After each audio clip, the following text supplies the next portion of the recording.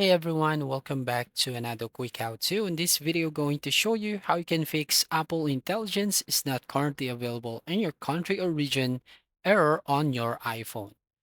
So the first step that we can do is check your internet connection.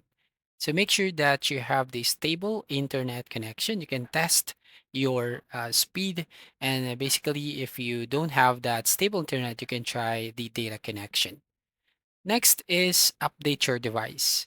So go to your settings and then here scroll down and find general and then go to software update. So here in this case, you need to make sure that you get the latest version or update your device. Now, the third option that you can do is set time automatically. Go to general section and then go to date and time. Make sure to toggle on this set automatically option. Next is go to language and region. And from here, you want to make sure that you choose the United States as your region. And once you've done, you just need to restart your device and it should be fixed the issue. So that's all. Thank you for watching. Please like and subscribe and see you in the next video.